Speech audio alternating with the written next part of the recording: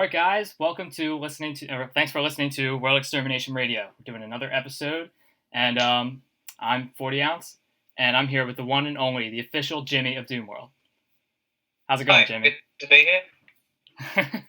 Yeah.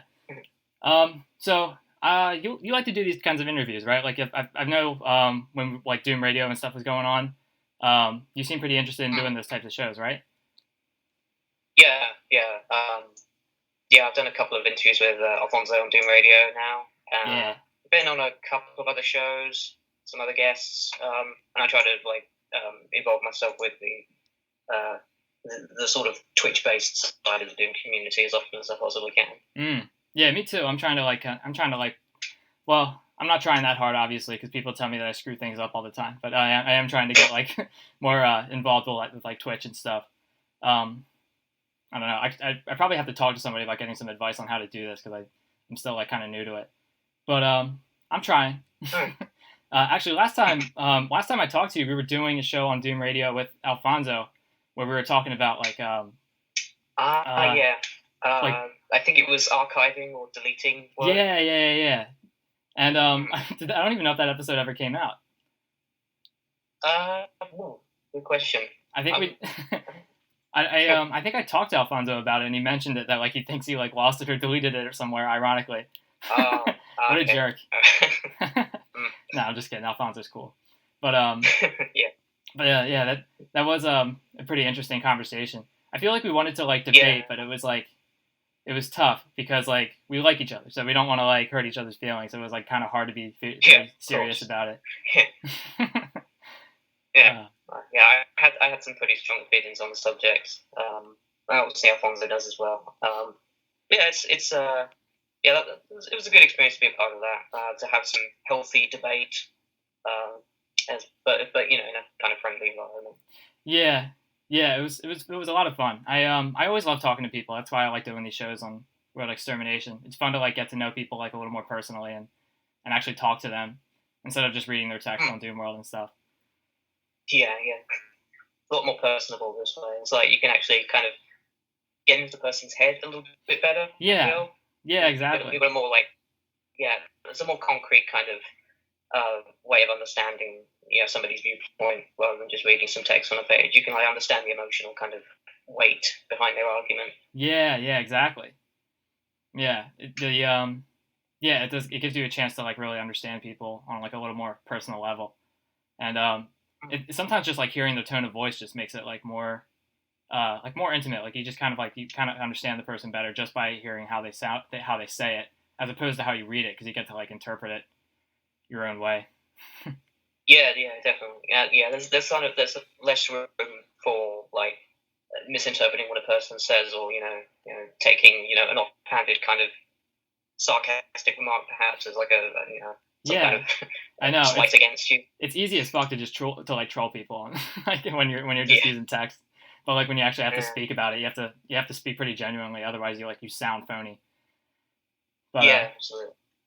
Yeah. Anyway, well, we were talking about a little bit about like streams and stuff, and speaking of streams, I've been watching Evolution of the WOD with Captain Clever, and they have Tarnsman and Alfonso and stuff like that, and Matt Tropiano, and they every once in a while they do manage to bring up Adventures of Square, which they do bring it up like once in a while, even when it's like off topic. But I guess because like they got to work together, they have like I guess they have a lot to talk about. So I wanted to ask you a little bit. How did Adventures of Square get started? Was that your brainchild, or was that like a group effort type thing? Yeah, well, it's been kind of like a thing between me and my brother for it must be close to a decade now, or more than that now. Yeah. It's a little thing that it started as a little series of doodles and cartoons that my brother would do in Microsoft PowerPoint. That kind of it was just a little kind of thing where I was starting out in my like early Zoodoom modding days, just getting to grips with the limitations of the Doom engine, or rather the new kind of availabilities that were doable in the Zoodoom engine at the time. And I was I'd always wanted to make a total conversion of my own, but I knew that I didn't have like the artistic chops to make something like, I don't know, compare it to something like Foreverhood or Harmony, that kind of stuff.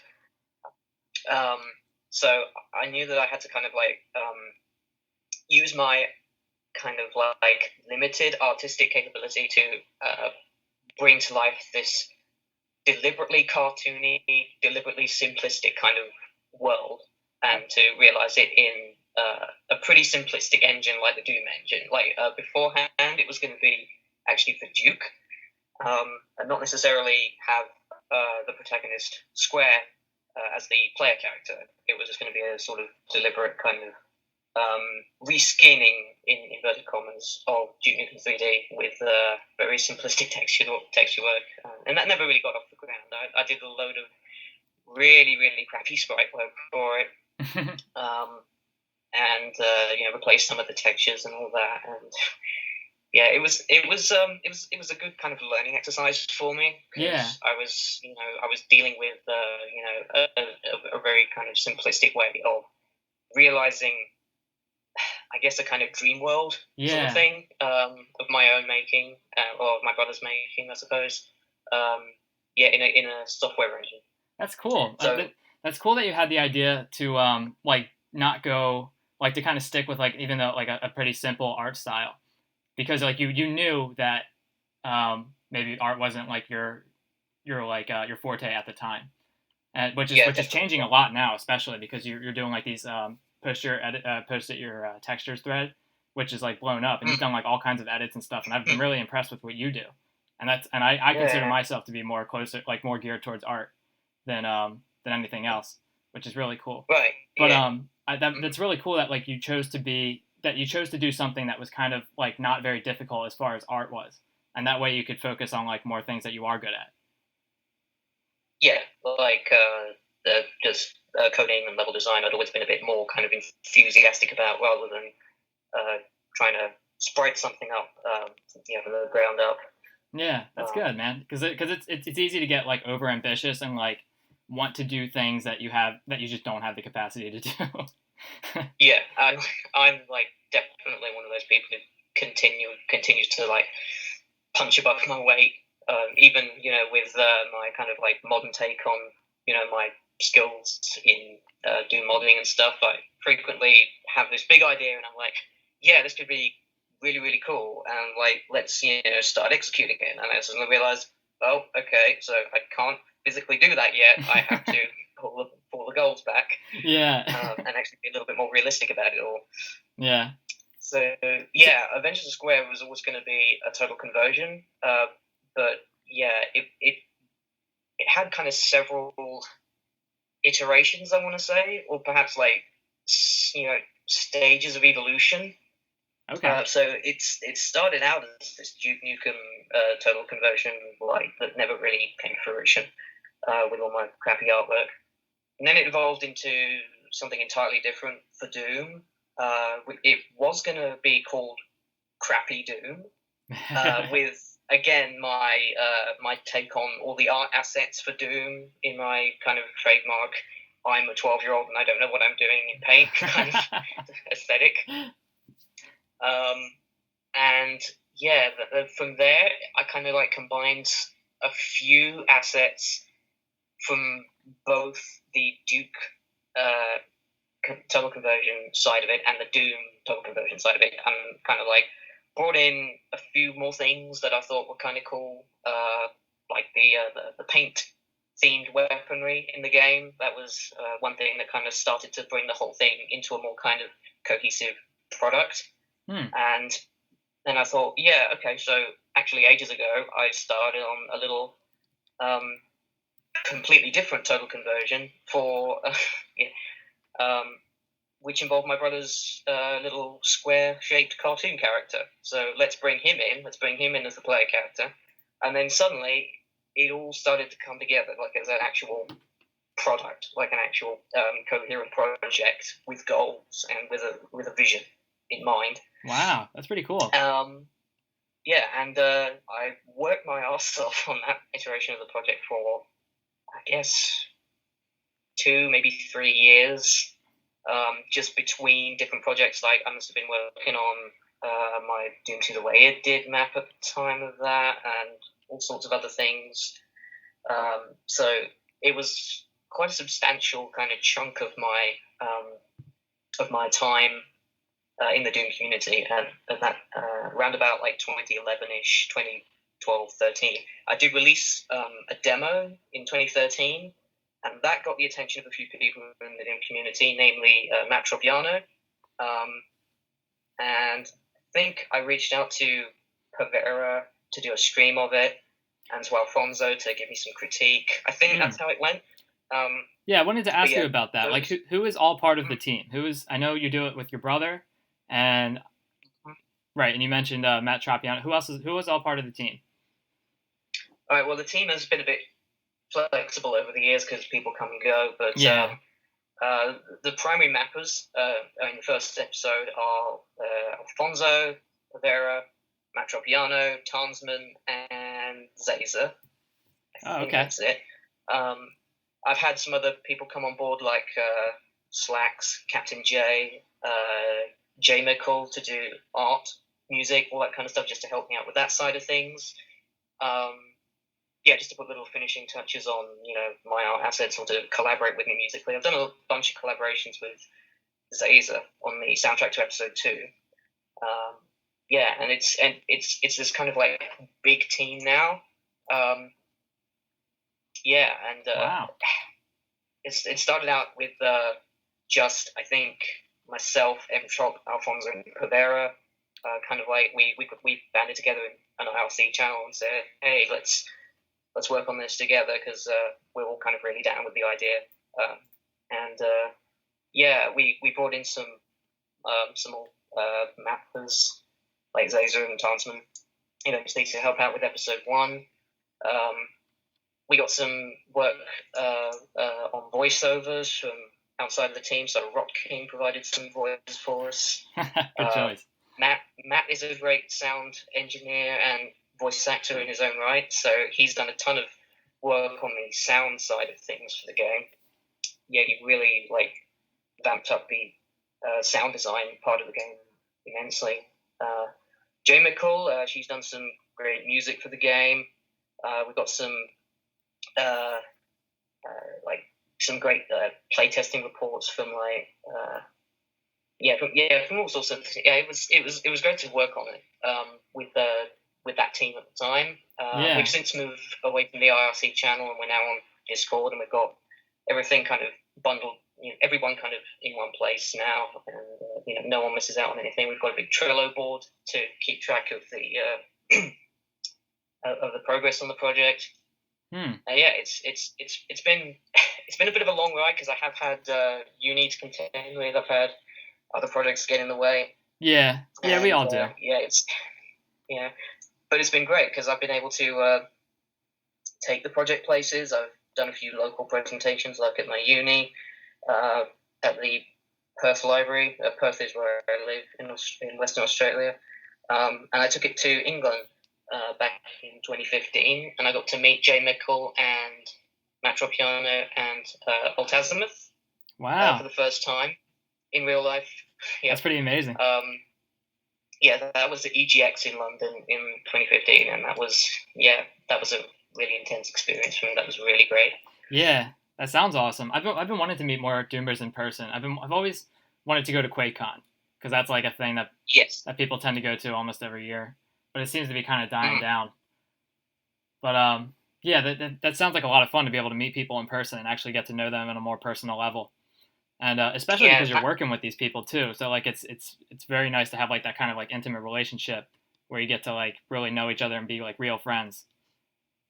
Yeah, absolutely. Yeah, Matt Tropiano has actually taken the game way further than just EGX as well. He's taken it to Amaze in Berlin. He's taken it to GDC, and he's taken it to QuakeCon. So he's taken it all around America basically, and to some parts of Europe as well. So he's really enthusiastic about spreading the project and putting it out there, and he's been an absolute brick coming to bringing the project to various different places and to news sites. We've had features in PC Gamer, partly thanks to him.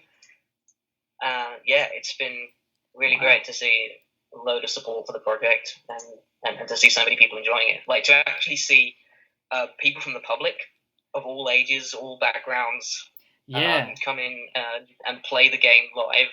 So you're seeing your sprites, your midis, kind of like flashing up on the screen in front of you, and it's just amazing. Just to see, strangers just people experiencing really your content, getting into the experience. Yeah, saying this reminds me of Doom, or this reminds me of Duke Nukem, and it's like, yeah, that's what we were going for. That's cool, man. That's pretty exciting. That's really cool that you even got on like PC Gamer. That's pretty amazing. I think that's probably like a dream for a lot of people that make like Doom maps and stuff. Is like kind of having some kind of like just like a vision about something you want to do, and actually making it come to fruition and like getting other people to try it. Like that's kind of like the whole concept between the community, because like we're all making maps and we're letting people try them, and you get to hear people's feedback, and it's nice to know that like you contributed to somebody's fun. Yeah, absolutely. Yeah, I've got Jay Mickle really to thank for just reaching out to various people in the UK, especially because she knows like writers and publicists, people who write for PC Gamer and stuff like that. Yeah. Freelancers, and yeah, to actually see these people and get interviews with them face to face as well. That was really good fun. Back when we were back in EGX. I'm pretty sure Matt's done a few more interviews as part of his travels with the game across basically the world. Yeah. Yeah. And it's great to see like lots of people really getting behind it, and to see it like gain traction outside of the Doom community. Yeah, it sounds like it's really fun to work in a team where everybody involved is like just as optimistic about the final product as you are. Like it's got to be really fun to work with people who are just really interested in the idea and actually really want to help. Yeah, definitely. Yeah, Matt Tropiano was really, really enthusiastic about the project when he played the demo back in 2013. So he private messaged me over Doom World and said, "Hey, I'd like to get involved with this." And I was like, "Yeah, of course, man. Like, yeah, I love your maps." Like I played stuff by him I had played stuff by him in I think Plutonium Revisited at the time. I was aware of his contributions to Community Chest, that kind of stuff. He seemed like a pretty big name, and I kind of like really respected his mapping efforts.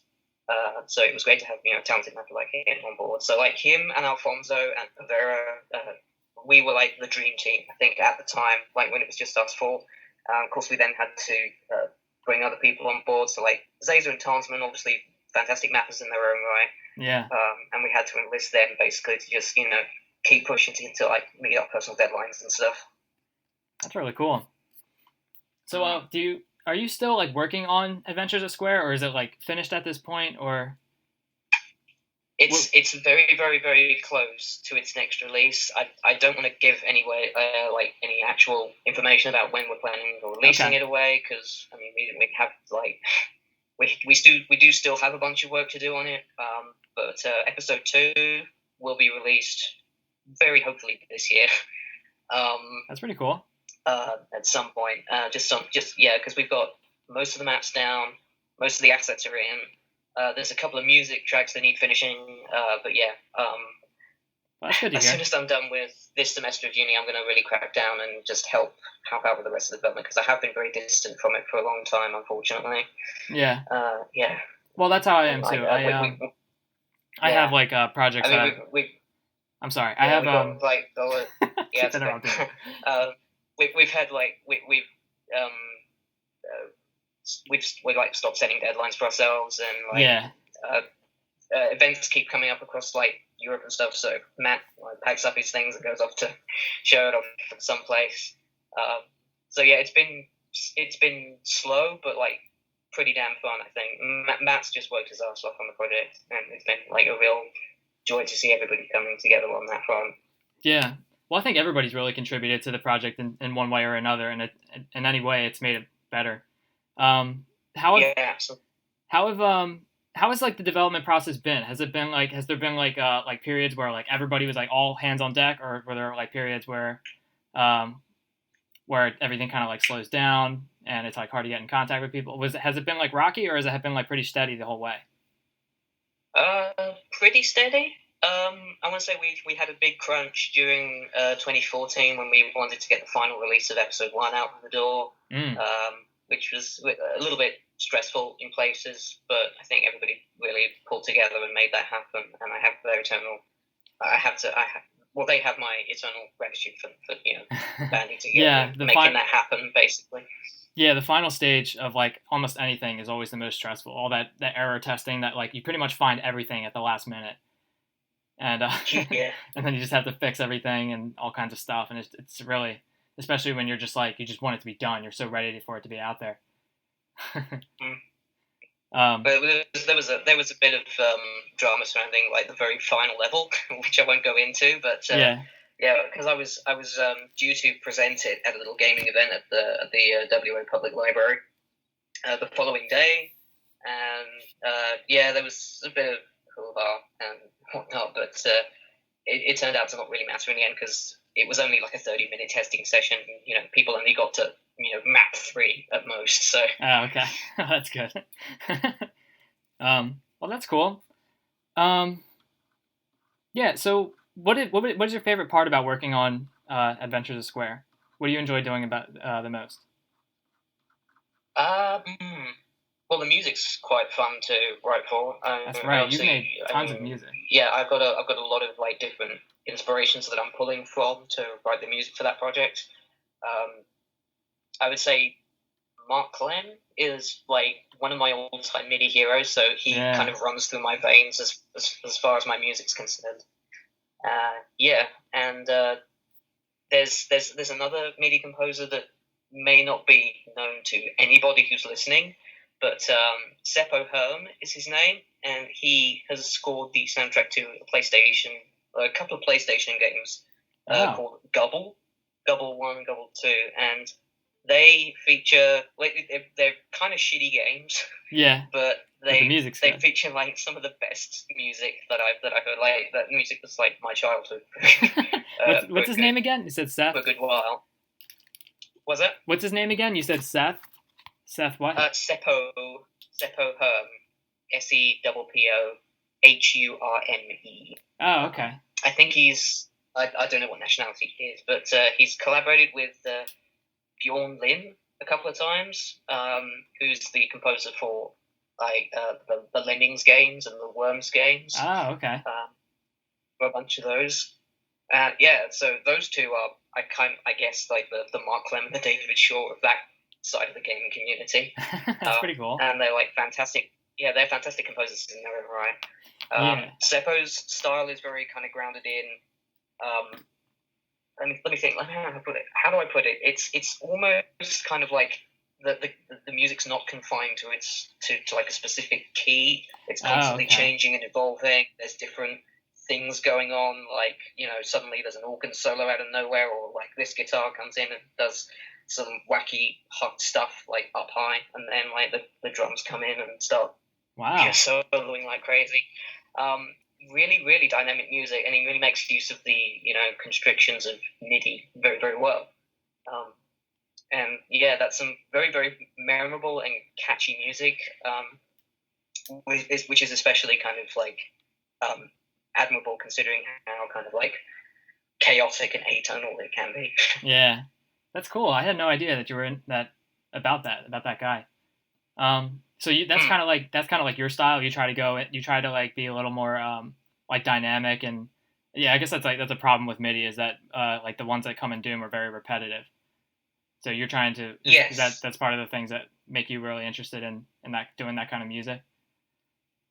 Yeah, the Gobble music is very, very chaotic, and it ranges drastically in mood as well. So it can be very kind of like uplifting and happy-go-lucky, and then it can suddenly take a really, really dark turn as well. So lots of dynamics going on, and listening to that stuff like on repeat can be very, very it can really inspire you to just sort of for me personally, it's inspired me to like really push to make my music interesting, not necessarily repeating a phrase in different transpositions. Like Bobby Prince's 12-bar blues music is pretty.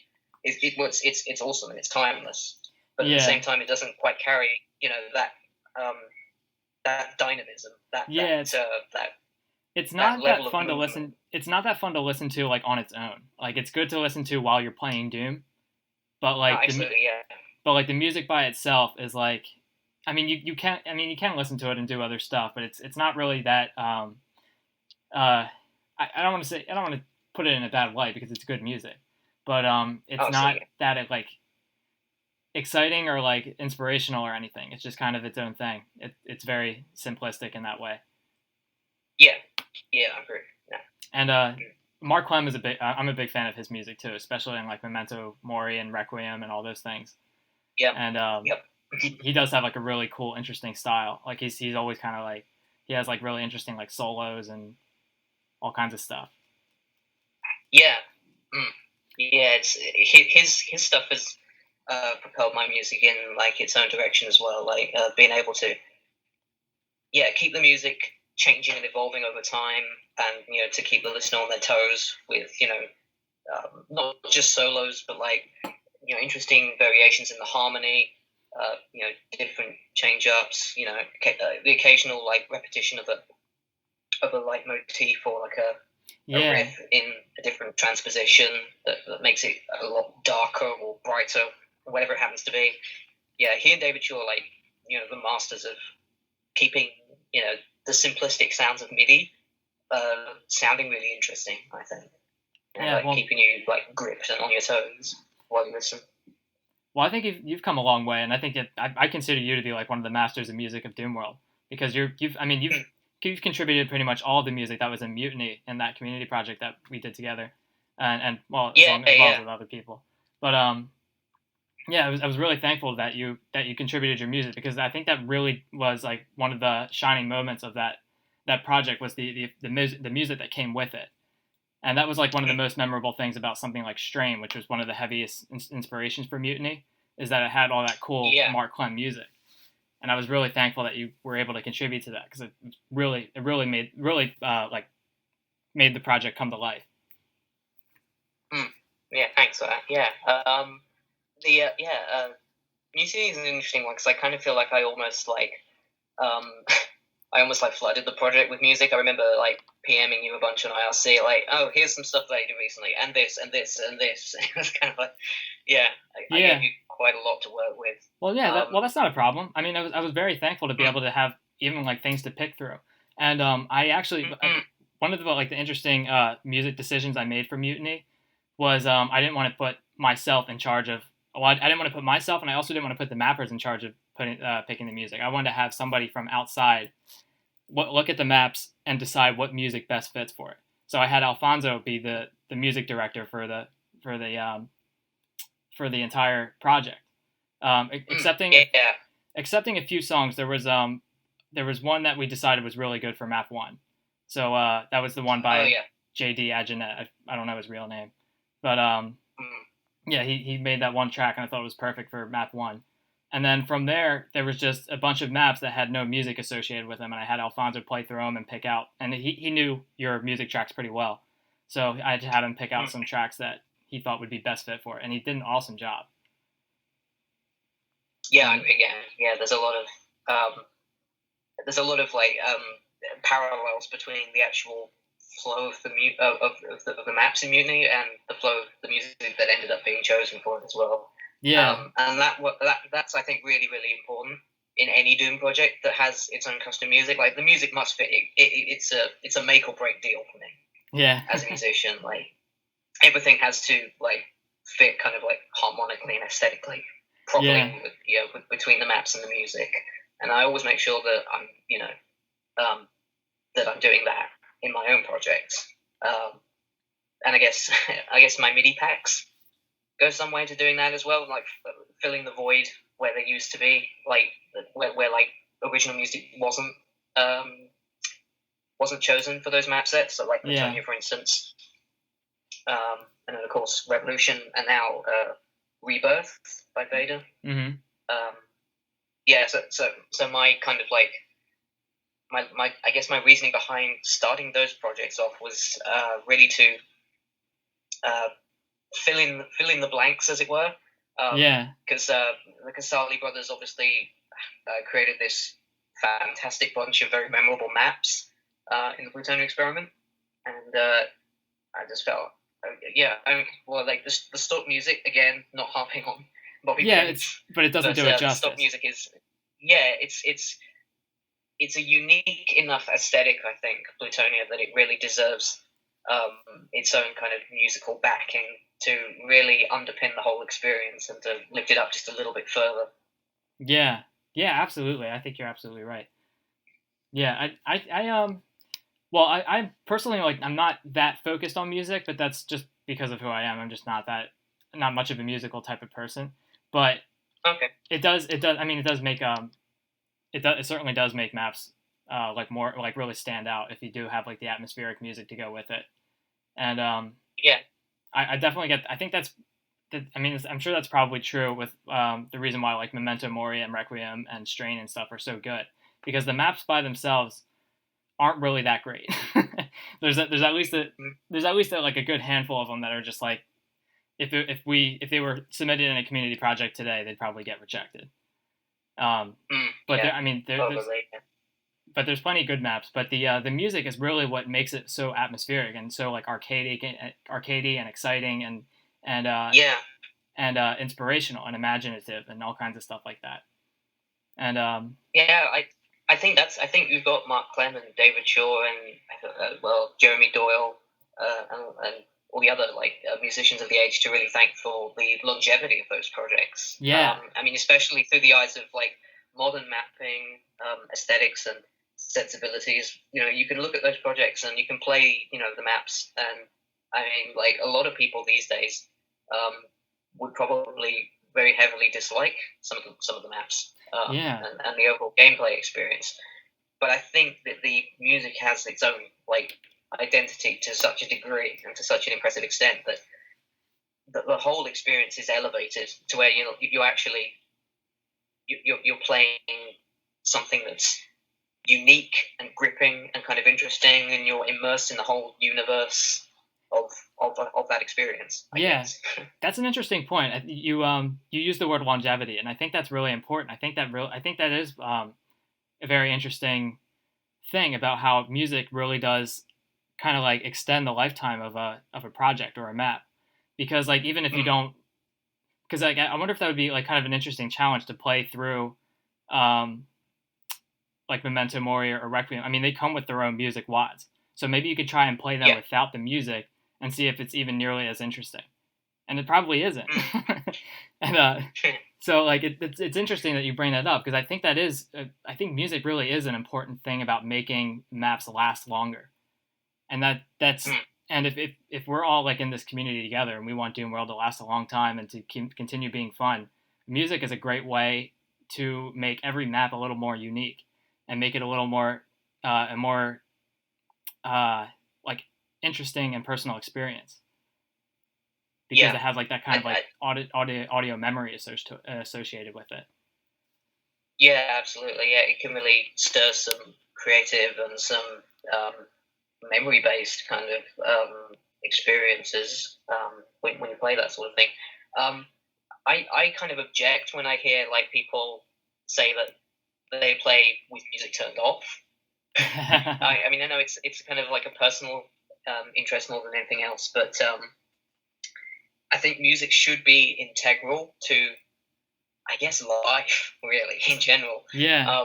It should be I think was it Brian Eno, I think, said something like music should be like furniture, I guess. It should be there. It should be ubiquitous. It should be part of any experience. And that's what he kind of did with a lot of his ambient works. I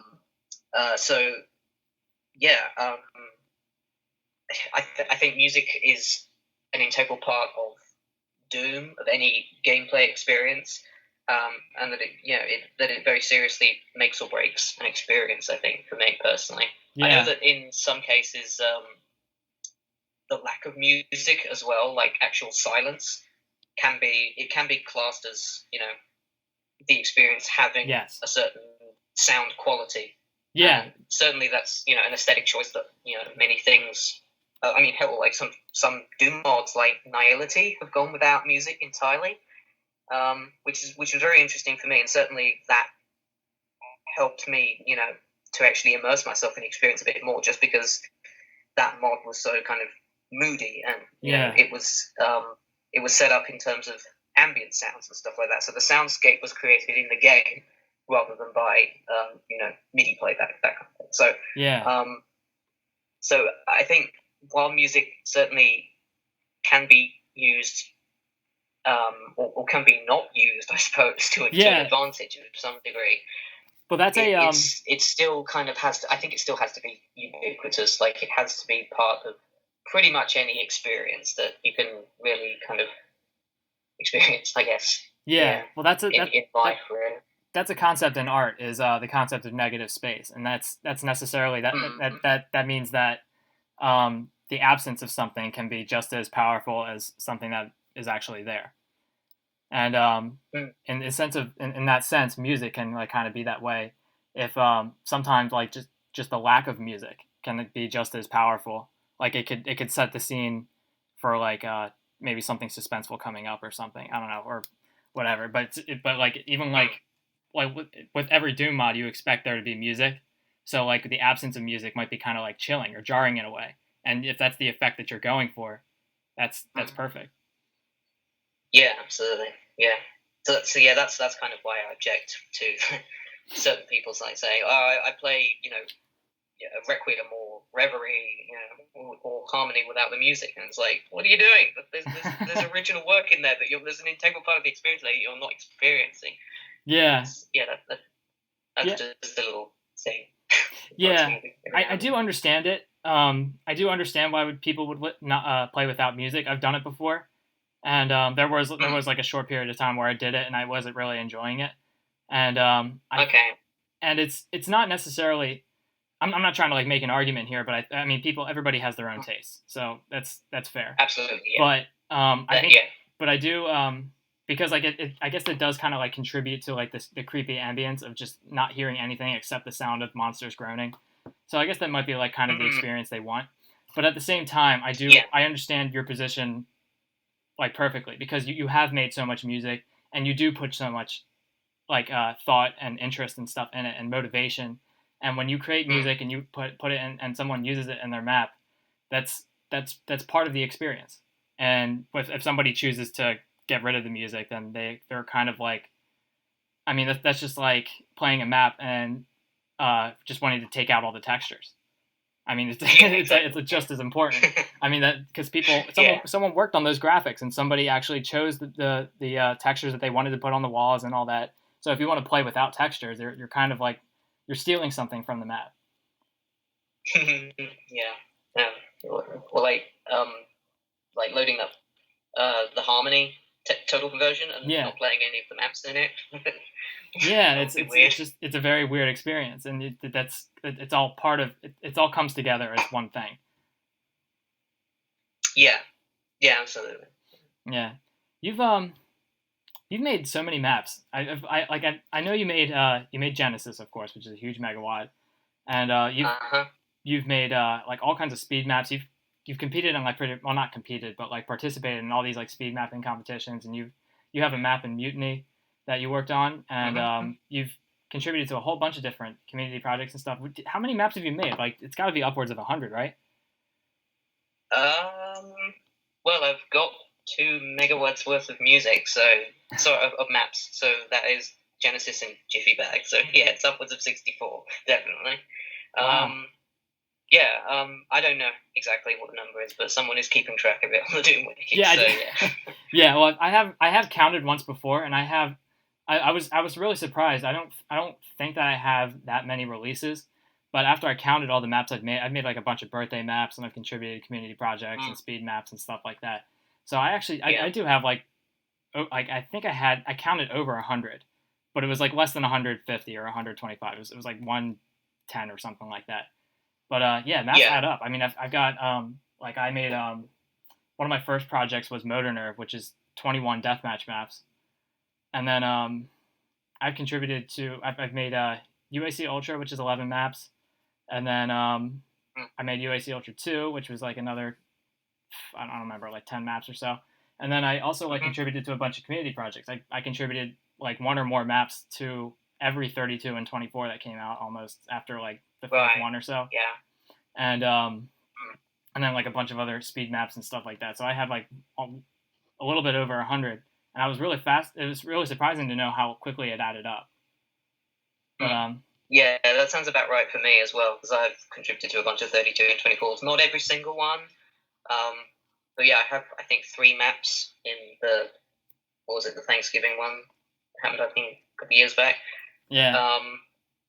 Yeah, and I do make it a point to participate in any speed mapping event that turns up on Doomworld, because I'm a big kind of like fan of spurring on my creativity. Yeah.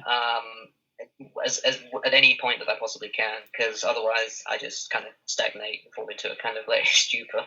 Yeah. So yeah, I get like that too.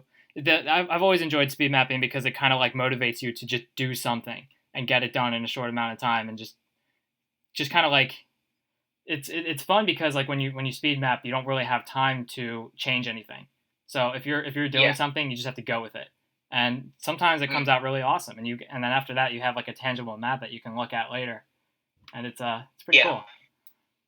That's been pretty much my basis of thinking for Jiffy Bag, which was to just collect every speed map that I've done, like file through the ones that I thought were really good and worth expanding upon, and then obviously just put them into one coherent or like one solid product, because I mean the map progression is not particularly cohesive, but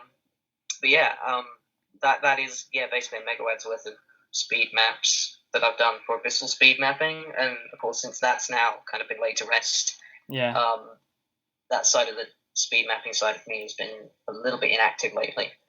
Well, speaking of that, you I love like all kinds of like Doom events. Like I was just talking with Mr. Glad in the last episode, and that was one of the things he thought was so fascinating about Doom World, is that there's always things going on. There's like those Otomex Saturday Nitros and the Thursday Night Survival, and there's speed mapping sessions and community projects and all kinds of things. And it's very easy to just like kind of pick something and get into it. And one of the things you did was this thing called Joy of Mapping, which I never actually got to participate in. What is that about? And I wanted to know about that. All right. Yep. So the Joy of Mapping is kind of my attempt to bring a kind of friendly teaching environment, I guess, to newbie mappers, to people who really want to get into Doom mapping, but who have been a bit too scared to show their work, or to get started, or to open up a program and actually start seriously working with it. So basically, like a friend of mine was kind of a little bit worried about their mapping. Their mapping capabilities, how they could never get anything done, never finish anything, and have like a solid, tangible product at the end of it. And I was thinking, well, I could probably open up a Twitch stream, or host a Twitch stream, and guide them through the process. Wow. And that side of it never really happened. I never did private tuition streams, which is what the initial vision of it really was. But the idea gained a lot of traction when I shared it on various IRC channels and Discords, and it came about eventually to become like this this kind of like tribute to Bob Wells. And like the Joy of Mapping came about when a guy called Kinsey on one of the Discords that I go on actually created a graphic of a Doom guy with the big Bob Ross afro and a big brush in front of a computer, and that's where it got its name, really, the Joy of Mapping. That's really cool. I've watched Bob Ross before, and when you watch him like paint his paintings, he makes it look so easy, and it looks like you can do it, because like even it's always funny to watch him too, because especially because he does these things where like he'll start to do something, like maybe he'll put like this big blotch of paint, and like you see him do it, like, and it like on this like really neat like like he'll start with the sky or something, and then he'll make this big Yeah. blotch of paint to like do like mountains or something, but it just looks like a blotch of Yeah. paint at first, and you're like, what are you doing? You ruined the perfect sky. Yeah. But then like he eventually like Yeah. he really like sharpens it and makes it like look really realistic, and it's like, oh, I guess he knew what he was doing. But yeah, but Yeah, I guess that's cool that you thought to do that, because that is like you do kind of wonder what people's mapping processes are like. And when you start mapping, something I have to like kind of that I've had to like teach myself to get over is that when you start mapping, you have to like accept that your map kind of sucks for the first like 15-20 minutes. Like you don't really you don't really know what you're doing yet, so you kind of have to just like work on a layout and just kind of like accept the fact that it's going to look ugly until it's finished. And then by the time it's finished, it's actually going to start to look pretty good. Yeah. So yeah. But that's cool that people get to like watch your Twitch stream and watch you like start on your maps and like actually like watch the full process of you working on your map, because then I guess it kind of like it would kind of like help people to understand like what the process is like, and that how like immediately you start seeing results. It might not be for like another like 20-30 minutes of working on the map that you actually start seeing something that looks cool. And yeah, absolutely. So is that been that's like your integral part of the creative process for me, is to get past that barrier where you're thinking, oh god, what am I actually creating here? Like, nothing was really coming together. But yeah, once those once those pieces are all in place and like some sort of like coherent idea is down and you start expanding upon it, that's when you think, okay, so I've got something I can roll with this, really. That's cool. So has it taken off at all? Is there how many have you seen people that have started to make maps that you haven't seen that make maps elsewhere? I think so. I think at least like 3 or 4 people who've been who had a submission in the very first joy mapping submission have come back for the other 2. So I've done 3 sessions so far. I guess I'm still kind of refining the process though, because it can be quite tiring. I mean, it's obviously very rewarding because you've got like all these, completely new people, like names I've never even heard of in the Doom community, and I've been around for like 11 years or whatever it's been. Yeah. So brand new people coming to your chat server for the very first time, you don't know what's going to happen. So it's a bit nerve wracking, but it's also a bit tiring to just be mapping for 2 hours plus, and to kind of like talk through the whole process and to like guide people alongside who need the help. So that's primarily why I have like moderators and assistant tutors on the server to help out at the same time. We did things a bit differently for the third session. We split everybody up. So myself and another tutor in one chat room, 2 other tutors in another chat room, 2 other tutors in another chat room. So 3 chat rooms all going on at the same time. And I think at least 3 individual Twitch streams going on. So the students, I guess, were kind of like were divvied up into these 3 separate chat rooms. And it was talked about afterwards, like maybe those 3 chat rooms could have like worked on a different episode of the set or something, which I thought would have been quite cool. But in the end, we get like I think on average about 20 submissions. So it is it seems to have caught on. It does seem to be a pretty big thing now. So but as I say, I'm sort of thinking about changing it up quite dramatically, because it is a little bit draining to just be teaching the mapping process for hours and hours at a time. It's not like Bob Ross, where he can just paint something in 30 minutes and then have a masterpiece. Yeah. I don't quite work like that. Well, I wanted to ask you about that. I'm sure there's people. If I were in your shoes and I was like streaming my mapping process, I'd be like really self-conscious. Do you like, do you prepare like in advance, like what kind of map you might be working on, or like do you like write things down, or maybe draw a layout on paper or something, or you just kind of wing it? It's a bit half and half of that, really. It's a bit of both. So what I do is I have a set of instructions, I have a set of steps, and I have a bot on the Discord server print up the next instruction when I just send it a command. Nice. And then I read it out the command to everybody on chat, and everybody kind of follows along with that step of the process. And then I get people to paste in screenshots and work in progress 2D, 3D view shots, whatever it is, in the chat window. So we're all working together in real time, I guess.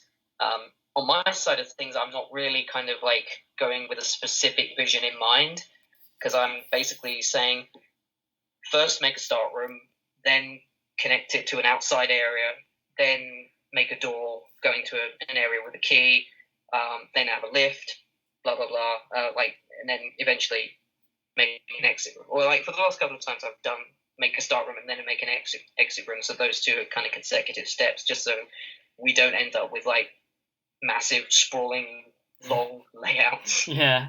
Or like maps that just go on forever. So yeah, I have a concrete vision in mind of how the progression, like the construction of the map should go, but I don't have a firm idea in my head of what it'll look like on an aesthetic basis. Oh, okay. That's cool. What I probably should do is at least test like a couple of layouts first before I start the session, so that I actually know physically what I'm going to do next. So maybe I'll change that up. Okay, that's cool. I had no idea that that's what was going on. I didn't really understand what the joy of mapping was at first when I saw it, but that's a really sharp idea, and it's cool that you're like putting so much attention into it too. And I also I really love the idea of new people getting to start mapping, because that's something that everybody should try. It's such a rewarding experience, and yeah, it's really cool that you're doing that. I really appreciate that.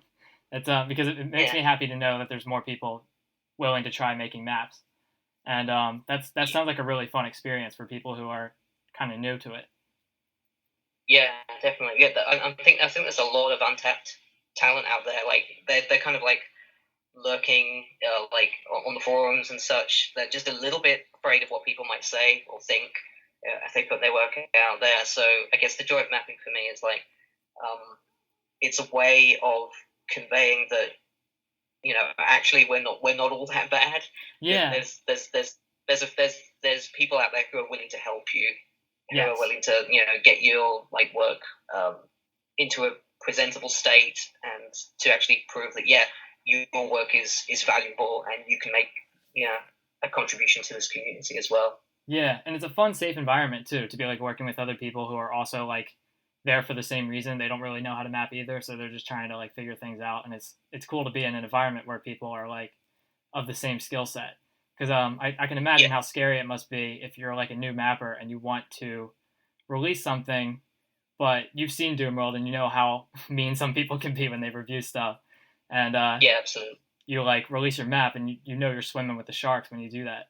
So like that's kind of I can imagine that being like kind of off-putting for people, even if they think, well, even if they would otherwise make really awesome maps, perhaps they just have like that kind of inner critic that's like kind of keeping them from releasing something just because they're like afraid of what other people are going to say just based on how they review their own work.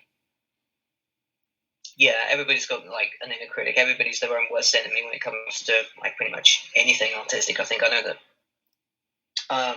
that I certainly struggle with my inner demons occasionally when I'm writing music for a certain thing and nothing's coming to fruition exactly. It's like, oh god, you can't do anything right. You're doing. Yeah. Yeah, we were just talking about that earlier too, because I was telling you that I like, even though I've done like 20 of these episodes already, I still get like a little nervous before each one. I'm just like, oh, I hope I don't fuck this up. But I don't know. We just kind of like just wing it and go for it. And and there's not a whole lot of other people doing podcasts, at least Doom related ones. So like I'm kind of like, I'm hoping I'm doing things that people are listening to and that they enjoy it. I don't really know for sure, but I don't know, just kind of wing it and go for it. And it's tough to do, but it's tough to do that in mapping too. And that's cool that you're doing this joy of mapping. I think it's a good way. A good approach though is to just jump in with the sharks and just to see what comes of it. Really, I mean that's basically what I did with joy of mapping. Was like, so like there's lots of people out there clearly who kind of need the help. Certainly this friend of mine who kind of inspired me to do this. They actually took part in the first session, and they were pretty chuffed at the end of it. They were pretty happy with what they'd done. You know, even if it wasn't like the best map in the set, they'd still done something. So that to me was that to me was a thumbs up. That to me was like a bit of a victory. But I Yeah. had set out to do something, and I kind of like just taken the plunge. Like I'm very, very asocial normally, very kind of like wary and shy, and That's okay. I do struggle with my words and stuff sometimes. So for me, that was really kind of like, oh god, I really got to do this right. Otherwise, this is going to be a bit of a disaster. Yeah, you get that kind of like anxiety, but it happens, man. It's just the way it is. And like, even though I've done so many of these episodes already, I still like feel like I'm like terrified of like awkward silences and stuff, like silly stuff like that. But yeah, and it, especially like when we do like these podcasts and stuff, there's like a way that you kind of feel like you have to be like on your best. Not behavior, but like you want to be like your sharpest. You want to be able to like use the words that you want to use and things like that, and you want to sound smart. And but I don't know. I mean, I don't really think you shouldn't have to think that hard about it. I mean, it's just we're just talking here. But yeah, it does when you're doing something that like feels official. Like once you get on the air, it's just like you kind of have to. I don't know. You just have to like you kind of get in like this mode of thinking where you just feel like you have to be like on your best. Just be like your smartest and try to look smart in front of people. But I don't know. I'm trying to get over it and just work on just being a little more realistic. And I want my guests to be like that too. So yeah, I mean, what I've had to do on joy mapping occasionally is just to act as the moderator, act as like the guy who's saying. Like nothing's at stake here. Nobody really needs to get like into a kind of like state about this. There's kind of like we want to foster a really kind of relaxing, chilled out environment so that people can work on their maps in relative comfort, whilst also being aware that there's a bit of a timed element to it as well. So to work efficiently. But to work I guess at their own pace at the same time. Does that make sense? Yeah. I guess this is where I kind of like I feel like the process could be refined a little bit, and I have been thinking about whether one big communal mapping session might be a bit too stressful for some individuals. Yeah. Certainly, it's a little bit difficult for me to contend with occasionally because it's it's basically 4 hours and like 2 to 4 hours, and it can be. As you say, there are awkward silences. There are like protracted periods where people are working very intently, where questions aren't being asked, and that's when it kind of starts to feel uneasy. It's like the feeling creeps in. Are you doing this right? Yeah. So the one thing that I'm kind of considering is instead of having one big session, is to have it divvied up over the course of say a week. And have just these informal kind of jams over voice chat, to which people can just pitch in as and when they decide to. So, so the students, I guess, can leap into a chat room and start talking and kind of like decide amongst themselves what they're going to do for their map and how much work they're going to put in. Because they're like the tutors will be there like to provide guidance. So, rather than ordaining what people are saying, saying what people are doing, giving them a specific set of instructions, it's kind of just to let the students decide for themselves what they want to do and work completely at their own pace and leisure. Yeah, it sounds more fun and like informal that way. Mm-hmm. That's cool. It's I think probably a little bit easier on me because I do have to sleep as well. So occasionally I've started this really early in the morning and I just haven't slept. So I'm really running on fumes while I'm mapping. And that's, I think, made my maps just suffer just a little bit. I mean, I'm not seeking to create the definitive map. Certainly that's why I put my map at the very end of each set when the session is compiled together. Because I don't really want to be the one who's like, hey, this is my map. I'm the best over here. I'm the one who made this happen. Yeah. So I want to totally avoid that kind of egoistic kind of approach. Yeah. Yes, like that possibility that might be viewed like that. Because I want to be, the guy who just kind of like,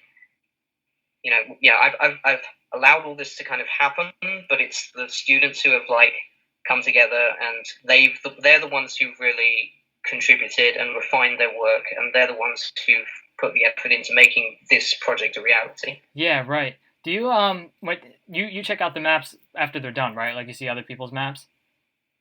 Yes, absolutely. Yeah, like I'm seeing them like being made in kind of like real time as well, with people like posting their screenshots in the chat window. Oh, cool.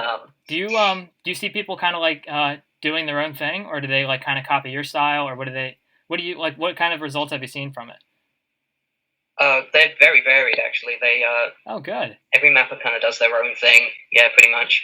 On a couple of occasions, I've put up some little images, like assist, like to assist the kind of the students and the contributors with forming a layout, because that can be like the biggest hurdle for a lot of people. Is that very first shape that they draw can be difficult. So I've occasionally provided some helpful tutorials and some images and some inspirational shots, and certainly people take inspiration from those. So you end up with a couple of maps that look quite similar, like they've taken that same sort of approach, but every map at the end of it is very much its own individual product. And every map gets included, and every map does get some sort of quality pass. So like I'll like have a look while it's being made and maybe offer a suggestion here and there, but I won't do that terribly often because I don't really want to put the students off their stride while they're mapping. Yeah, so, that's really cool. Yeah, I did think about this one time. I don't know if a lot of people know this, but for people who are just starting to make maps, they probably think of like some of their favorite mappers, and they probably think of some of their best maps. But the thing is, I've been like mapping for a while, and when I think of certain mappers, I do think of their best maps first. And if you try to like list some of your favorite mappers, like think about like without researching it, think about what their first map is. I don't even know what most people's first maps are. So like if you're just starting into getting mapping and into mapping and your first map sucks, that's entirely okay. That's normal for everybody. Yeah. I went through like I go through like the id Games archives every once in a while, and I pick some random stuff, and occasionally I do get a map from a famous mapper that was made like 5-6 years before they actually started releasing their like really major projects, and you wouldn't believe what they come up with. I mean, it's like you wouldn't think that they had any potential, like just from looking at the map alone. Like if you really wanted to look at it like in that kind of judgmental kind of way, but yeah, like most people when they start off, I mean my first map was garbage, and there was parts where you could get stuck, and it was very linear, and the gameplay was kind of hokey, and it wasn't natural. And now I'm working on some like pretty ambitious projects and stuff, and some people tend to think pretty highly of me based on what I've created, but I don't know if a lot of people know what my first maps are, and that's just kind of really. Yeah, I think I used to like. Well, obviously, I did some Nukem mapping in my youth, and obviously, eventually, I immigrated to just basically doing Doom maps 24/7. Yeah. And so those two engines have very different schools of thought when it comes to creating a layout and actually making the maps function and stuff like that. So Duke Nukem obviously has the sliding doors, like the doors on hinges and stuff that open sideways. And Doom has some other things like the donut effect and stair building stuff that Duke simply doesn't have. So those skills don't necessarily translate over. Certainly I found out when I first got into Doom mapping that I was struggling to make very basic things work. And I'm talking like making the architecture like not bleed, like not have holes everywhere. Like my first Doom editor was, I think, Deep Sea. Oh, okay. Which I don't know if you know, but it's not the most user friendly program to work with, unfortunately. Yeah, it's old as hell. So I was getting lots of like halls of mirrors and Medusa effects and all that kind of stuff, and I couldn't figure out exactly why, because they kind of appear every now and then, like in just random spots, and then they'd be gone the next moment. I booted up the map and was like, what's going on? So yeah. Once I got like the actual tools of the trade down, and I started using Doom Builder and stuff like that, that kind of all started, disappearing.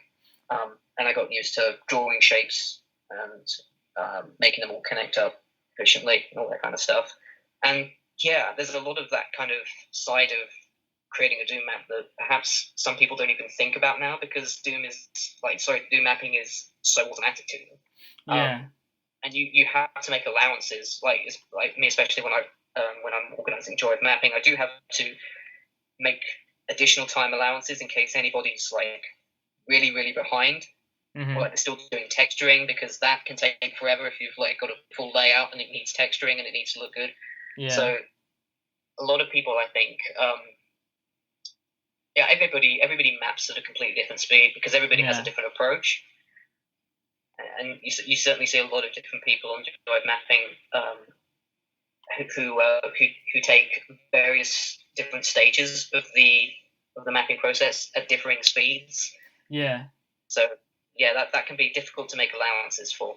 Yeah, and there's also like just like using the editor itself. There's a lot of like shortcuts and stuff that you learn over time, and just like getting used to the controls and how everything works and how to do things certain ways. Like I use like, for example, I use like auto align and like flood fill textures all the time, and that gets things that I want done really fast, and that just kind of helps to like for like speed mapping and stuff, and I'm able to make the maps that I want pretty quickly, and that's obviously if you're new to mapping, that's not something you get much practice with, so it does take time, and so it does take time, and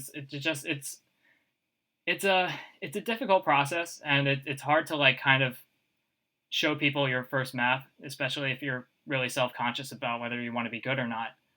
And but that's the thing. You all have to like kind of, you have to get your feet in the water and just kind of try it, see what happens, and if it's not that great, just learn from it and then use what you learn from it and apply it into your next map, and then just keep making maps. I mean, like we're pretty, you and me are pretty well-known mappers now, and but we've also made over 100 maps, and it's if you wanted people to go, you probably don't want people to look at your first map. I wouldn't want people to look at mine because I don't even want my name attached to it anymore. But it does exist, and it did suck at the time, and it took a while to like kind of get from where we were to where we are now. Yeah, I agree with that. I'm not even sure what my first Doom map even is. I've got everything pretty much saved somewhere. I'd be hard pressed to actually find my very, very first mapping efforts though, because I would have to remember exactly what I'd be looking for, and then I'd have to like dig through whatever it is, like a CD-ROM that's back up from like 2000 or something, right? Like possibly a external hard drive or whatever it happens to be. So yeah, I'd be hard pressed to find my very first mapping ever. I mean, even so, like even though I'm fully aware that I'm not the mapper I was back then, I guess I'm going back to the kind of debate we were having last time we were on call together on Doom Radio, which was about I still kind of view pretty much any creative endeavor as having worth because you've made a thing and you've put time and effort into it, and it has some intrinsic worth and place in the universe, I guess. So I guess one thing that I've had in mind for a long time is to actually go back to those old maps that I made in Deep Sea back in the year 2000-ish, whatever, maybe even before then. I can't honestly remember when I started out mapping, to be perfectly honest. And to just actually look at them and think, okay, so how would I make this today? Or what actually can be simply changed here in just very simple ways to make it a very coherent product, to make it something that's stand out and like reflective of what I am as a mapper these days. Yeah, I've looked at some of my old maps, and I would look at it in such a way where it would remind. Sometimes I would look at it and it would remind me to like what I had in mind when I was making it, and sometimes I had like it takes me back to a time when I first started mapping where I was like really imaginative and really excited about all the new ideas I could come up with, and that kind of like helped charge my memory. But also, it's funny to look at like some of my old maps and think that like to actually remember just from looking at it that when I was finished, I actually thought it was good, and it's not like anything that I would make today, and that's a funny experience, and yeah, it's just you kind of have to walk before you can run, and just kind of just establish a background and make just work on maps that you think you can make now, and then once you actually start getting in the habit of making maps all the time, you can look back on the old ones and realize that they were shit or whatever, or at least you thought so, or you think so now, and kind of like learn from it and just learn from your.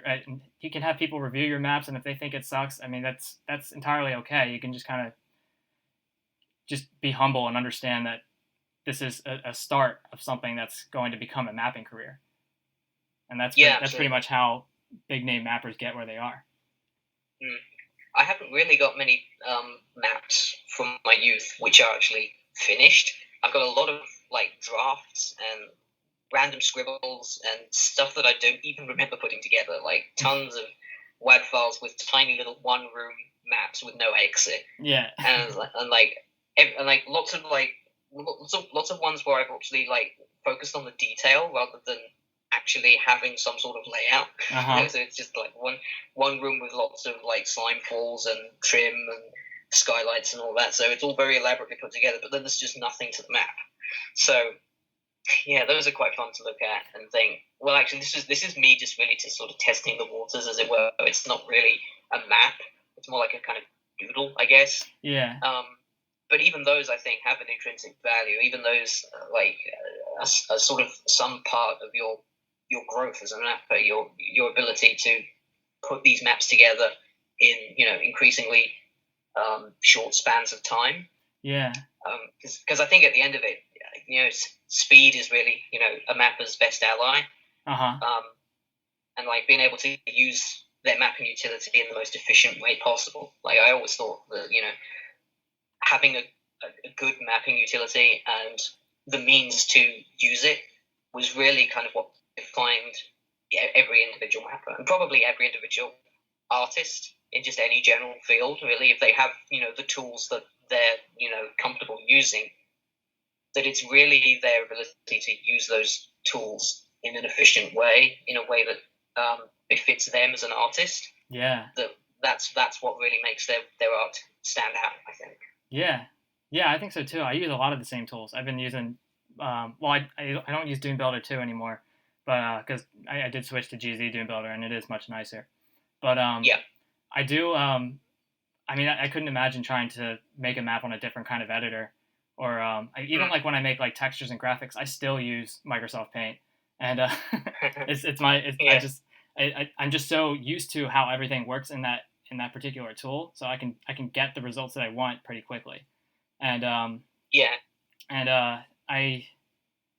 don't even I don't even use the newest version of Microsoft Paint because they keep changing it around and making it different and weird. Yeah. So I have to, and I have Windows 10 now, so I had to switch to I had to figure out how to find an old download of the old Microsoft Paint that I'm used to using. And like Windows 10 will like update every once in a while, and it'll just like for some reason it'll just stop working. Like it'll update without asking me to. And I don't even know why Paint has anything to do with it, but somehow it manages to find Paint and be like, oh, there's something wrong with this, and we're gonna replace this with the new one. And it's so I have to keep changing. Yeah.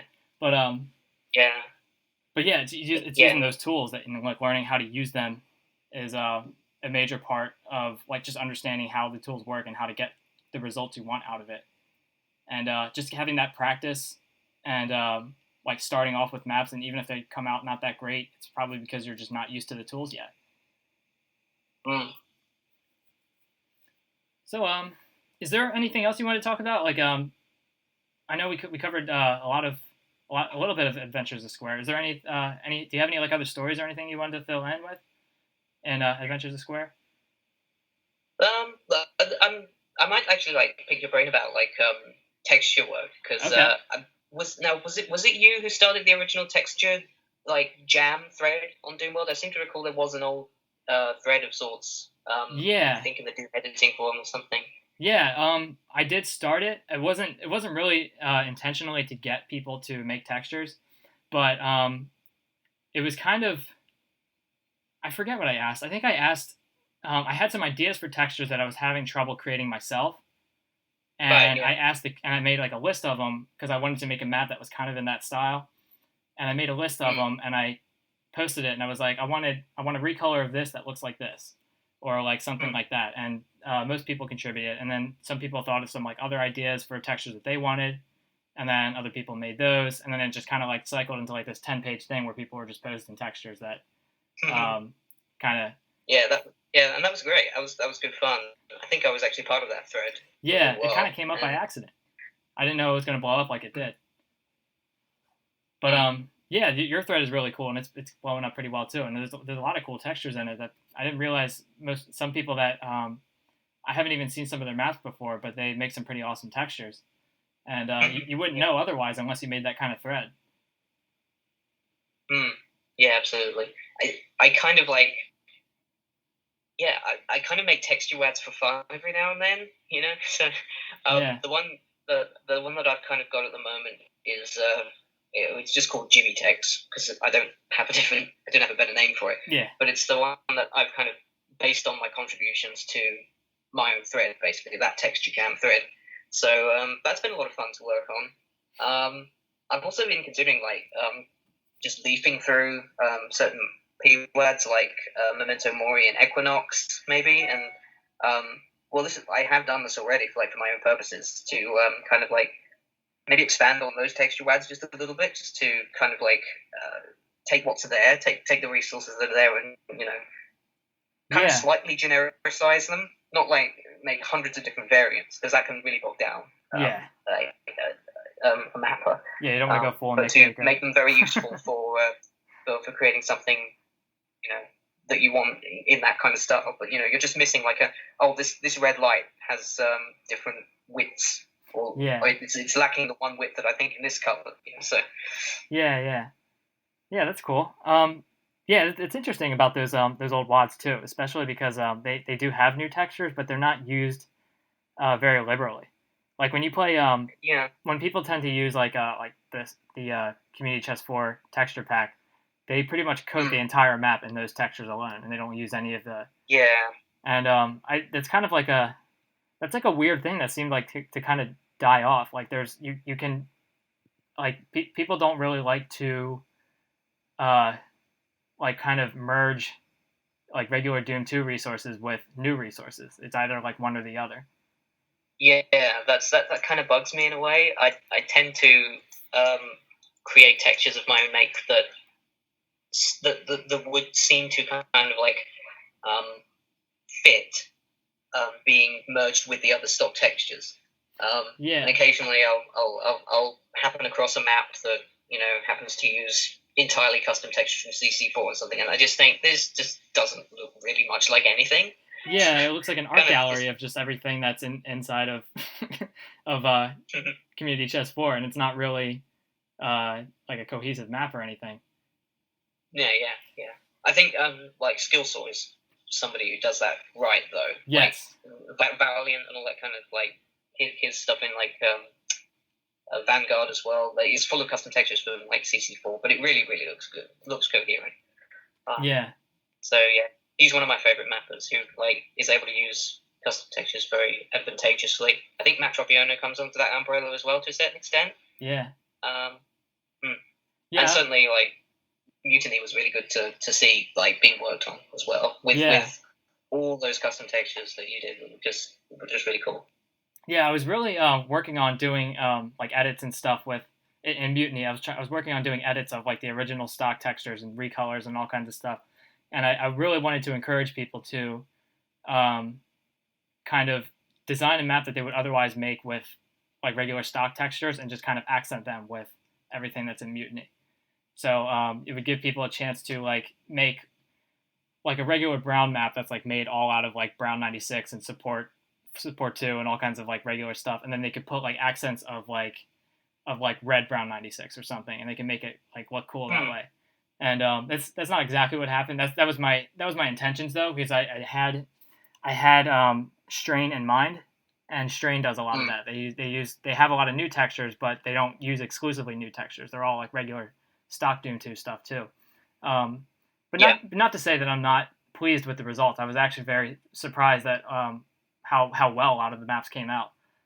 And some mappers I've never seen before were like really awesome. I had no idea. And that was really cool to see them participate. And it was fun to see unlike people work together. Like I got to work with Joe Ilya, for example. And it was cool to see like Travers D and Purist work together. But yeah, it's the textures and stuff is what I is even though like it was a huge resource pack, it was cool. It was interesting to like try to work on graphics that would kind of fit with the stock Doom 2 textures. Yeah, so yeah, I kind of try and do the same thing with my own textures.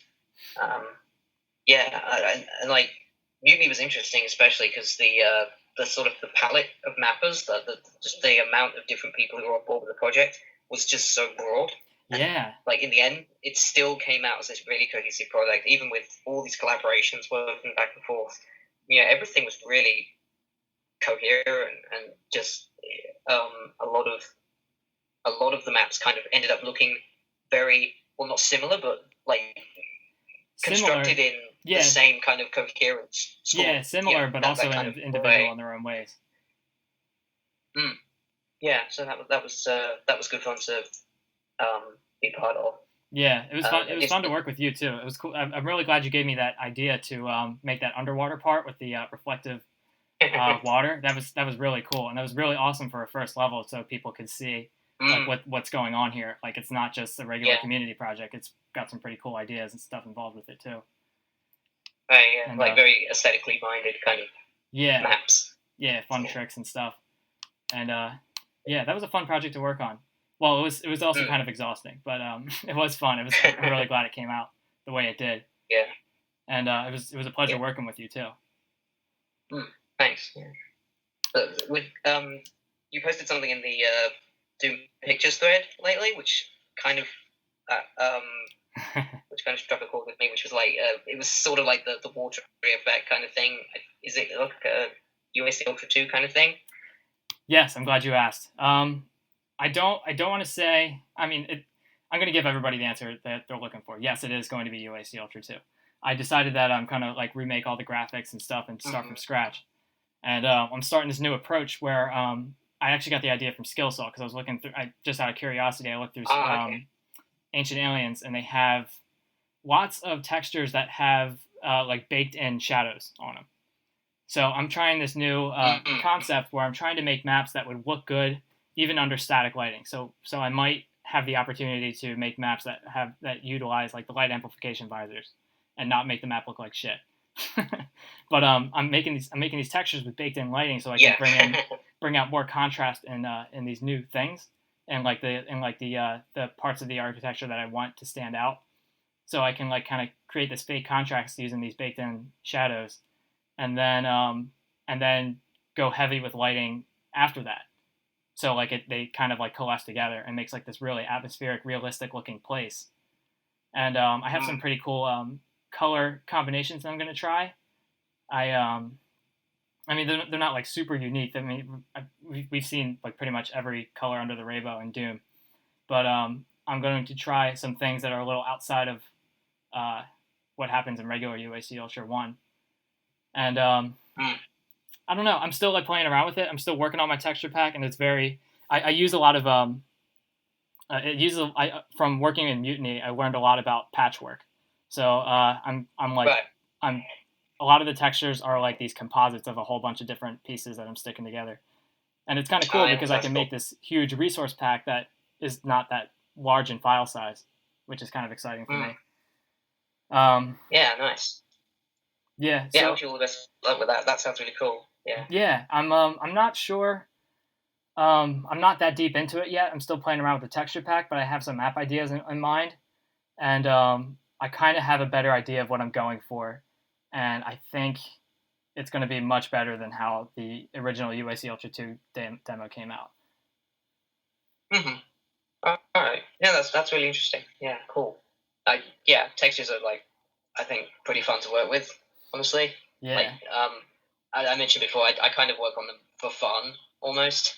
Yeah. So like every time I'm called up to do like a different community project kind of contribution, I kind of like crack open the slate and I'm like, right, let's see what we can do here. Let's see what we can salvage from either the stock textures or from PWADs like Memento Mori and Equinox and Requiem, all that sort of stuff. That's pretty much what I did for Genesis, to be honest, which was to just pour through like all my favorite kind of PWADs at the time and like grab exactly what I could and try to create some sort of coherent product with everything. Yeah.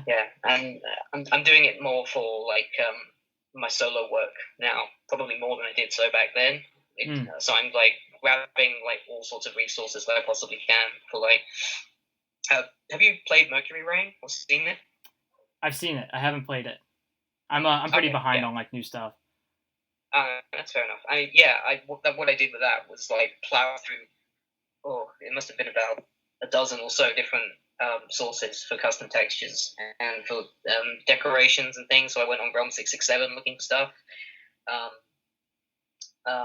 Added like all these different new Zdoom actors because it was for a Zdoom project. And I kind of went a bit nuts. And there's a lot of custom content in there. There's some new stuff in there, like different colors and lights and flats and stuff that I've recolored myself. And what I tried to do was like to really kind of like have some sort of unique setting to that map that was still somewhat familiar. So it wasn't like too adventurous where it's like, grabbing just a handful of textures out of CC4 and then just throwing them at the walls and all that kind of stuff. Yeah, you had an idea in mind. Yeah, I had a kind of vision to not a specific like texture set in mind. That kind of came as I was grabbing resources, but it soon kind of evolved into this quite large, quite formidable map. I think that I ended up really pleased with. Yeah, and, like that was in terms of like its aesthetic and its layout, and it kind of really came together quite nicely. So that was, I think, I did that about a year ago now. So still relatively recent, but I think it was after the last Abyssal session had finished, and I'd slowed down in terms of speed mapping. And this was me kind of like, I guess, really focusing very intently on the actual creation process behind the map, looking at it from a very aesthetic standpoint and really thinking about the layout and the overall visual kind of aspect of it. Yeah, that's the approach I'm taking with this new project that I'm working on. It's that's like kind of like UIC Ultra. It's that I'm kind of right now I'm working on getting the look right. So most of my maps are just kind of like these detailed messes where I'm trying to see how effectively I can use these textures together. And so I'm trying these cool things where I'm like blending. I have like these gradients of colors into one another. So I have like these walls that like gradient from gray to brown, and then I can use them near nice. And then I can use like red lights and stuff around the area around those gradients, and then it kind of makes it look like that the color of the light is kind of emanating on the walls. And that's kind of so I'm excited to try some like pretty cool stuff with that. And the texture pack is still pretty far from done because it takes a long time to like patch things together the way I'm trying to do. It would make more sense to just kind of like make the images stand alone and then just upload them all at once. But I don't know, something about me really likes the idea of making very efficient use of like file size. So I don't want to like have all these repeat textures that all like look almost identical but like with one slight difference, and then just inflate the texture pack so it's like 30 megabytes instead of it's only like 6 right now, which is pretty amazing for considering how many textures I've created out of it and how little resources I've used. But speaking of colors, I did play the Realms of Zune, and if people haven't played that, I really think they should check that out because it's like this awesome. It's really this cool like fantasy like marriage of like almost like Lovecraftian style, but also like Hexen and Heretic and Doom all in one package. And it's got that cool color aesthetic, that contrast that you would see in something like Swim with the Whales or Stardate 20XT6. And it was really fun to play. I liked it a lot. All right, thanks. Yeah, I'm glad you brought that up because yeah, that's a pretty kind of special project to me. It's kind of unlike anything I've ever tried. Yeah. Where I've really focused on the aesthetic side of it. And yeah, I guess there's a lot of derivation from the work of Rubik's on like Stardate and Sunlust and all that kind of stuff. Yeah.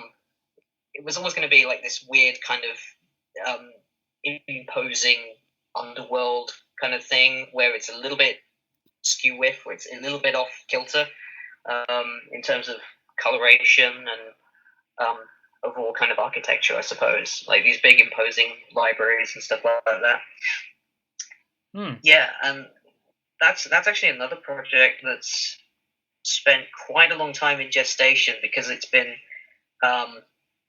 long been an idea of mine. In fact, it truthfully started out in the form of a dream I had, and this is going back like a huge number of years now. So yeah. As a kid, I guess all right. So there's a bit of a backstory here. I guess okay. I must have recently watched Lilo and Stitch. Yeah. So there's so in the dream I had these two protagonist characters. I had the kind of like the young girl called Brooke, and then her little monster companion Crag. Yeah. And these names absolutely came to me in the dream. It was this very coherent kind of image of this, I don't know, television show that I must have been watching. I mean, you must have had dreams yourself where you're kind of watching something unfold in real time, and it seems like this big long thing. Mm-hmm. It's like there's lots of backstory going on. So I had these characters, Brooke and Crag, in the realms of Zune. That was the name of the show, basically. And I don't really remember much about it, but I vividly remember the setting. It was this weird kind of netherworld, this spirit realm kind of thing. So it had the human character, this young preteen girl with like a great imagination, and her little pet demon, this little green bug-eyed dragon thing. And they went on little adventures in this crazy underworld, and they were being pursued by like cultists and this weird overlord guy, presumably Zune, presumably the antagonist. Yeah. And I remember him taking the form of this large kind of like Sauron kind of eyeball guy thing who spoke through a mirror to this cultist guy. So there was a lot going on there, and that really stuck with me. I'm to this day I'm not really sure where it came from. Wow. So that's like that's a really vivid dream. That's really stuck with me. I guess only now have I kind of like got the actual the skills and the capabilities to kind of make that dream a reality in big inverted commas. Oh, that's amazing. That's awesome that you had such a vivid idea for something, and then you were actually able to create it. That's really awesome. I did sacrifice a lot of the original vision because I was going to, I think, go with stock textures for a long time. But then I really got into recoloring the stock textures as I did with the Zune texture pack. So I remember that in the original vision I was going to have a lot of liquid falls and large lakes of lava and slime and all that kind of stuff, breaking up all these kind of like rocky structures and stuff like that. Wow. So that stayed, and like the colourful marble and bookcases and all that stuff in like blue and green, those were going to be like, I think the big primary colours of the set, and those have stayed. Those are the ones that are still in the set. Of course, now I have like a huge array of textures and recolours and all that kind of stuff. So I've got red, orange, yellow, tan, all that sort of stuff. Every variant in the Zune texture pack is some sort of recolored stock texture. So it's really ballooned into this kind of like whole different universe. It's a little bit different to what I had in mind originally, but I don't mind because it's been a lot of fun to actually use those textures in a way that kind of pleases me aesthetically. Yeah, I really enjoyed it. I thought it was I like the all the color combinations and stuff, and it was a very, very cohesive and like kind of a fantasy universe, and it was very fun to play Doom in that kind of setting because it felt complete. in the same way that like something like Heretic is if it were like a total conversion for Doom. And Okay. it felt like it felt like its own thing. And even like when you play the first level, it kind of introduces the monsters and the new monsters in a way that's like pretty palatable. Like it's not like what some people might do in like a Z-Doom project where they would go to Realm 67 Bestiary and just take everything that they have and just like throw it all at you once and then you're like, what the hell is this? I'm not even playing Doom anymore. But what I liked about it was that like the first level had like a lot of imps and stuff in it, but they're like a little different than imps, but they're not that far off. They're basically the same thing. And then like as you go on to like each new level, it introduces like one or two new monsters and like a new trap or something or like something cool like that, and it gives like everything a nice and neat presentation. And it was a lot of fun to play, and I didn't feel, even though it was like a new type of thing, I didn't feel out of my element when I was playing Doom. It didn't feel like it wasn't Doom. That's what I was trying to say. Right, that's cool. Yeah, I think I had my original vision was going to be a big Z-Doom based total conversion, because of course it was going to be that. Yeah. I was like, this was me like a decade or so ago, like getting to grips with how powerful Z-Doom was. So naturally, I wanted to make it as big and bright and bombastic as I possibly could. Yeah. So I really dialed that back once I decided. Yeah, I kind of like am much more comfortable being able to do stuff in Boom. Like it just happens a lot faster. I'm able to just make layouts and they work, and I'm fine with that. So once I had that in mind, I was able to kind of like work with the stock Doom assets in such a way, like obviously with the textures and stuff, but also with the bestiary. And I've got Obsidian to thank for helping me out with the dehacked in a big way. Because it was him who suggested a lot of the new monsters that you see. So I think the slime dweller, the big green Wendigo guy, was his idea, particularly with the damaging corpse kind of mechanic, which is a little bit divisive, but I'm kind of like really fond of that. Yeah, it's cool. And I think the Grail, the kind of weird Cacodemon replacement that hurls bound balls, that was his idea as well, because we had to like really maneuver very delicately around the limitations of dehack, because obviously you only got a set number of frames. Yeah. And if you want like a big kind of like imposing boss monster at the end with like 4 attacks, you've got to substitute some of those things out. Yeah. So what we've ended up doing is actually replacing some of like the Cacodemon corpse is now the shotgun spawn and all that kind of crazy stuff. Oh, okay, yeah. I wonder about that sometimes too. Like when I get ideas for like a dehack type thing, it's like, oh man, I'm gonna have to like really change things and make things kind of weird. Yeah. But it achieves some like cool results when it's done though. Yeah, I've had a lot of help from Obsidian on actually making Zoom what it is, I guess. Having like have it be its own world, its own universe, but also not diverging particularly too far from the original Doom, the tried and true Doom formula that works. That's kind of what I don't really want to do anymore. I've got my total conversion, which is Adventures of Square, and like that's still very, very stringent in terms of like monster rolls, weapon rolls, that kind of stuff. Yeah. So it plays very similar to Doom. It plays very similar to Duke Nukem, because we take direct cues from those games. I mean, one of the maps is pretty much note for note a complete copy of Flood Zone from Duke Nukem, and that's one of Taunton's maps in episode 1. So there's a lot going on there with regards to like us paying homage to those old games, those old formulas that work. And certainly that's kind of what I do in my work nowadays. That said, I have also made a mod involving the Marine, the Doom guy being in love with a barrel and having to maneuver it around various locations in such a way to get it to the exit. So that's so awesome. I guess we can talk about that for a while. Yeah. So Boy in His Barrel. Yeah, I don't know really. Or the idea came to me on stream. Really, I mean, you know how sometimes you can interact with the chat and things can get a bit kind of insane. Yeah. Yeah, certainly. What I ended up doing with Boy and His Barrel came about because people were throwing suggestions at me during one of my streams, and I don't stream anymore because I'm just not in a good place in the world to do it. Yeah. Australia just kind of sucks in terms of internet. Yeah. So yeah, it's a commitment, and it's a resource hog too. Yeah, absolutely. Yeah. But yeah, I guess with A Boy in His Barrel, that was me kind of like, again, initiating an idea I'd had many years ago, because I think I'd played some sort of Zedu mod in which the player had to guide a lost soul to the exit.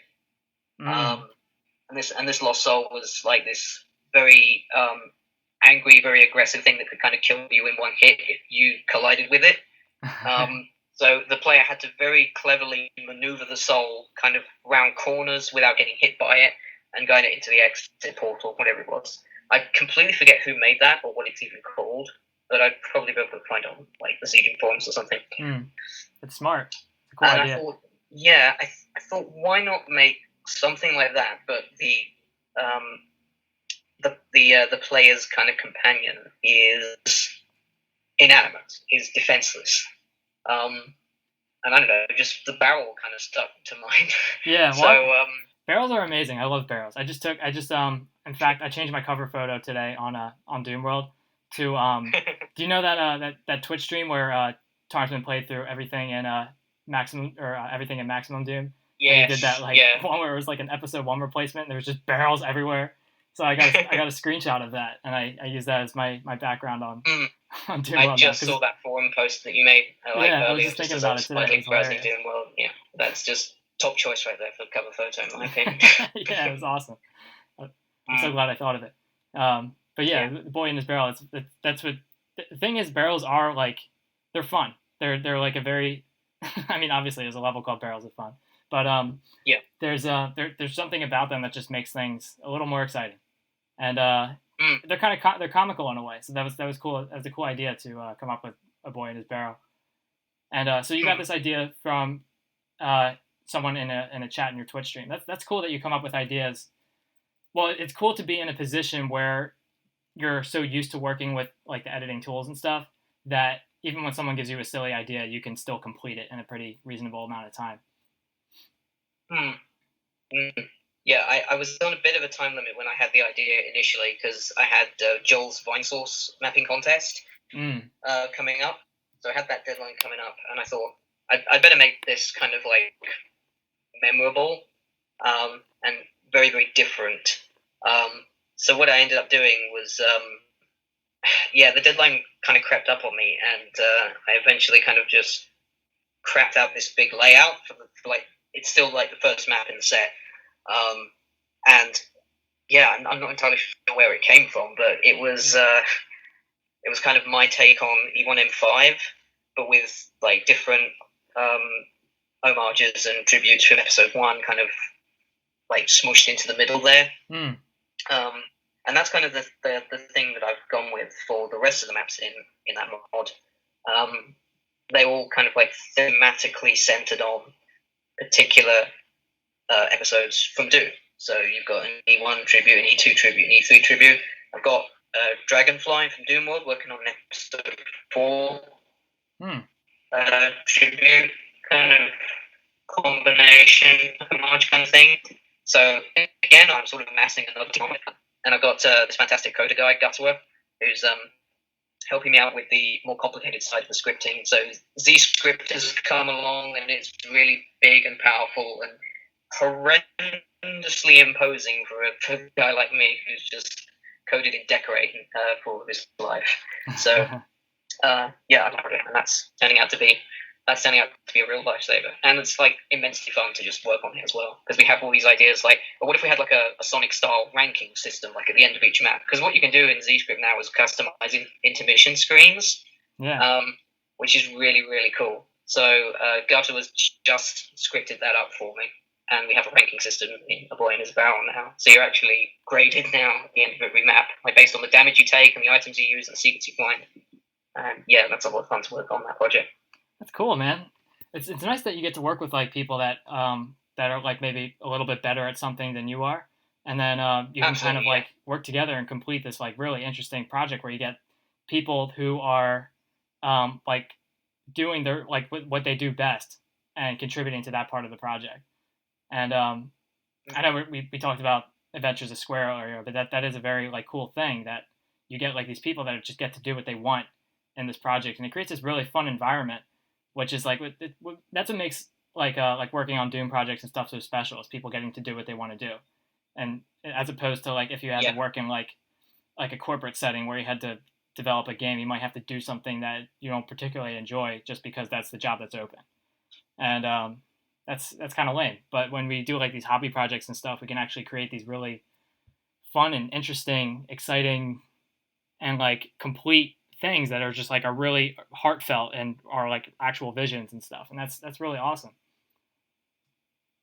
Yeah, there's like a place for everybody in the Doom community almost. There's like there's room for coders and artists and musicians and just basically everybody really. And I guess that's what I try to kind of like take advantage of in a way, is to involve myself with as many different kinds of people as possible, and especially with Joy of Mapping, that's kind of what I've done there. I just like helping people. Yeah. I guess that'd be my my motivation. You and me both, man. For all of these years. Yeah, you and me both. I love helping people. I like to see people succeed and do cool things and get to be. I love working on like community projects and stuff and like getting people to do things that they're good at, and yeah, it's really awesome, and all that stuff comes together. So we've been talking for a little over an hour and a half. Is there anything else that you want to cover real quick before we go, or what do you think? Maybe one last thing would be Okay. is that I'm getting into editing fonts for the community. Fonts. Okay. Yeah, message fonts, graphical glyphs and stuff like that. So I guess this is one of the things where I'm kind of like continuing to kind of challenge myself and expand my kind of palette, as it were. But like fonts have always been a bit of a fascination for me. And like not everything that I put out in terms of that has been super high quality, but I'm absolutely trying to like make sure that when I'm contributing fonts to a certain project, because I have been asked to do that for a couple of things now. That's cool. Is to make sure that they are high quality. So you can check out like Temple of the Lizardmen 4, which just came out, and that's a ZDoom total conversion, which makes heavy use of some of my fonts. Nice. And Golden Souls 2, that's not out yet, but it's looking like it's going to be the most amazing thing ever, basically, for ZDoom. Yeah, Mario and Doom, you can't really go wrong there, can you? Yeah. That's cool, man. So yeah, that's good that you're keeping busy. I think that's it for me, basically, in terms of like that's me wrapped up nicely with in terms of art, music, everything, fonts. That's kind of what I do, I think. Awesome. All right. Well, I really enjoyed talking to you, man. It was awesome having you on the show. Yeah, absolutely. Yeah, it's good talking to you as well. Yeah. Yeah. Good to catch up. Yeah, it was. It was very nice, and I'm glad. It's cool to see that we're like on the same page about a lot of stuff too, about like helping out the community and trying to get people into mapping and all kinds of things like that. And it was a pleasure talking to you. So yeah, you too. Yeah. All right. So I guess we can wrap this up. So today I'm doing a double feature. I'm going to be talking to Fonz later today. So I'm doing 2 podcasts in one day. And oh, nice. Yeah, man, we're just churning it out. We're gonna be pumping out content. The double Australian bill. Yeah. So so that's that. And so thank you for watching the show, and we'll probably see you again. And Jimmy, if you want to be on the show again, I'd love to have you on. Maybe later on when we have more stuff to talk about. Yeah, sure thing. Yeah. Okay. So I'll see you later. All right. Thanks, guys, for listening. All right. Thanks, everybody.